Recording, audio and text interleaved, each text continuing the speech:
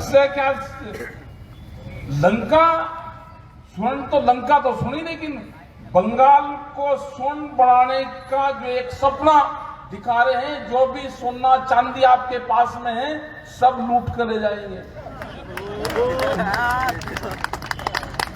सब ले जाएंगे लूट के। बच के रहना, दिखाई नहीं देंगे 2-3 तारीख के बाद में, ये आएंगे ही नहीं इधर को।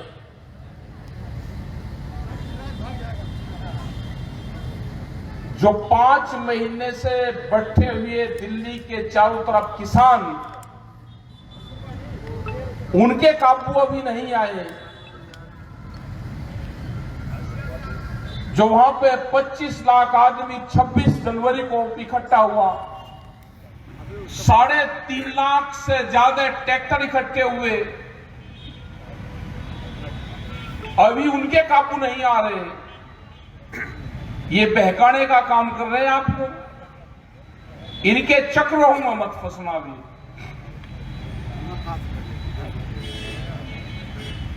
अभी तो हम वहां पे छोड़ेंगे नहीं इनको। वहां पे ये कोरोना काल आ जाए, दूसरा काल आ जाए,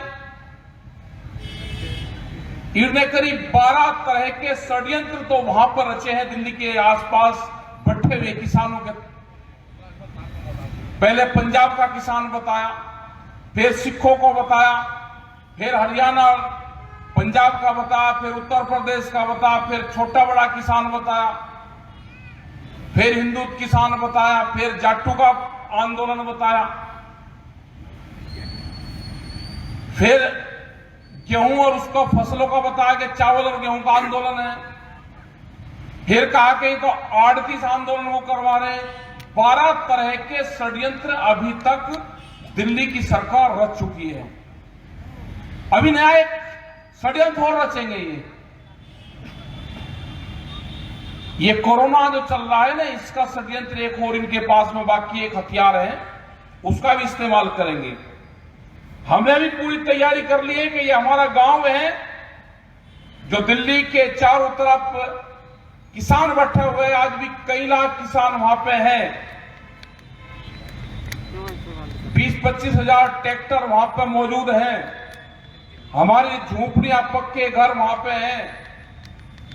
ये कोरोना भी आ जाएगा, अपने गांव को छोड़कर कोई कहीं नहीं जा सकता। वो हमारा गांव है जो 5 महीने से हमारे मूल स्थान है, और बहुत लोग वे हैं कि जो अपने घर नहीं गए, तो ये छोड़कर नहीं जाएंगे। जो भी गाइडलाइंस होगी उसका पालन करेंगे, लेकिन अपना गांव नहीं छोड़ देंगे। ये षड्यंत्र रचेंगे, उसकी तैयारी भी हम सब लोगों ने कर ली। जब तक ये 3 कानून वापसी नहीं होंगे, एमएसपी पे गारंटीड कानून नहीं बनेगा, आगे जो संयुक्त मोर्चे की कमेटी है उस कमेटी का गठन नहीं होगा, जो और मसले हैं उस पर भारत सरकार बातचीत करेगी, क्योंकि कानून और बिल और भी बहुत लेकर आना चाहते हैं। ये एक आ गया है कि वहां पे एक एनजीटी के नाम पर आ गया, नेशनल ग्रीन ट्रिब्यूनल के नाम पर आ गया, जो आसपास का क्षेत्र है दिल्ली का, 10 साल पुराना डीजल से चलने वाला कोई भी वो गाड़ी हो, ट्रैक्टर हो, पंपिंग सेट हो, वो नहीं चल सकता। आपके यहां 15 साल के बाद गाड़ी चल सकता। एक दूध का समझौता हो रहा है बाहर से, जब वो समझौता हो जाएगा तो पूरा डेयरी सेक्टर और दूध सेक्टर पूरा बर्बाद होगा। एक बीज का कानून लेकर आ रहे हैं। बीज घर में रखना ऐसा होगा कि जैसे आपने शराब की बोतल रख ली, शराब आप ठेके से खरीद लो तो ठीक है, अगर आपने बेच दी तो वो गलत है, आपको पुलिस पकड़ के ले जाएगी, आपके खिलाफ केस रजिस्टर होगा। यही हाल बीज का एक कानून आने वाला है, उस पर होगा कि अगर किसी किसान ने बीज अपने घर से बेच दिया तो वो अपराध होगा। ये बहुत से कानून बनने जा रहे हैं। अगर ये आंदोलन शुरू ना होता तो बहुत से कानून बन गए होते। आने वाले जो टारगेट इनका है, इनका टारगेट है कि सीधा किसान से जमीन छीनो। ये जमीन छीनने का टारगेट भारत सरकार का है। कुछ कंपनियां हैं, उनको जमीन देना चाहते हैं, वे खेती करेगी कंपनियां।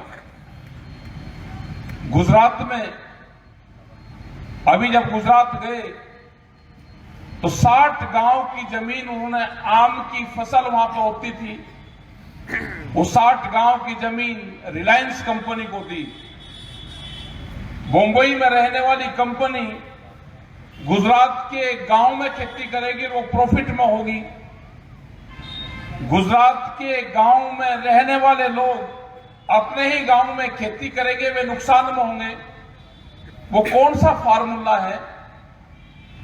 यही फार्मूला पूरे देश में लागू करना चाहते हैं। उनका आखिरी टारगेट है कि जमीनों को छीना जाए। अपनी जमीन बचानी है तो आंदोलन करने पड़ेंगे। अपनी जमीन बचानी है तो वोट की चोट इन कंपनियों को देनी पड़ेगी। किसी पार्टी की सरकार नहीं है देश में। देश में तो कंपनियों की सरकार चल रही है आज। जो उनसे बीजेपी के लोग करते हैं कि हमारी सरकार, आप तो पहले अपनी पार्टी बचाओ, अपने पार्टियों के नेताओं को बचाओ जो दिल्ली के बंगलों में कैद हैं, उनको निकाल लो बाहर। वे कैद हैं। ये अभियान आपको चलाने पड़ेंगे। अनाज को तिजोरियों में बंद नहीं होने देना। जो रोटी है, रोटी को तिजोरी में बंद नहीं होने देना। ये आंदोलन जब तक चलेगा। अनाज को गोदामों से बाहर निकालना पड़ेगा। ये आंदोलन जब तक चलेगा। भूख के आधार पर देश में रोटियों की कीमतें तय नहीं होगी, ये आंदोलन जब तक चलेगा। गरीब आदमी का क्या हाल होगा? अनाज किस रेट में खरीदा जाता है और किस रेट में कंपनियां बेचेंगी। इन्हें कहा है कि सबसे बड़ा व्यापार आज भूख का है। भूख पर व्यापार करो। यह लड़ाई किसान की लड़ाई नहीं रही, ये लड़ाई मजदूर की लड़ाई भी है। ये जो दुकानदार हमारे बैठे हुए हैं यहां पे, ये लड़ाई उनकी भी है। क्योंकि एक शहर में 2 मॉल खुलेंगे तो ये पूरे दुकानदार बर्बाद होंगे। जो 100 लोगों को उधार सामान देते हैं, जो गांव की नुक्कड़ पे दुकान करता है, वो आधे गांव को सामान उधार देता है कि मेरी फसल आएगी इस किसान की तो मेरा कर्जा ही उतार देगा। तो ये आंदोलन लंबा चलेगा। ये किसान, मजदूर, दुकानदारों की आजादी की लड़ाई है। गुजरात के किसानों की लड़ाई है। गुजरात में गए तो गुजरात में कोई सरकार नहीं किसी की। गुजरात को पुलिस स्टेट है। यही हाल पूरे देश में बनेगा। युद्धवीर सिंह वहां पे गए थे, प्रेस कॉन्फ्रेंस करते, बीच में से उठा कर लेकर गए। बंधन में है यहाँ के जो प्रेस के लोग हैं, वे भी बंधन में हैं। उनको भी मुक्ति अभियान चलाना पड़ेगा। प्रेस मुक्ति अभियान वो चलाना पड़ेगा देश में। क्योंकि कैमरा और कलम पे बंदूक का पहरा है। किसी की बोलने की हिम्मत नहीं है। जो 2014 के बाद में कर्मचारी आए, उनको पेंशन नहीं है अब। लेकिन एमपी और एमएलए बनेंगे, 3-3 और 4-4 बार बनेंगे तो उतनी ही उनको पेंशन मिलेगी। तो ये आंदोलन लंबे चलेंगे, बहुत इशू आएंगे। क्योंकि जिस तरह से 23 के आसपास के जो बड़े संस्थान थे भारत सरकार के, वे बेचे जा रहे हैं और बैनर लगने हैं, एक दिन होल्डिंग लगेंगे। अभी चुनाव खत्म हो जाने दो, ये कोरोना काल में ही बहुत जगह होल्डिंग लगने वाले हैं। सेल फॉर इंडिया, और जिस शहर में लगेंगे उस शहर के भी संस्थाओं के नाम होंगे कि ये संस्थाएं बिकाऊ हैं, किसी को खरीदनी हो तो खरीद लो।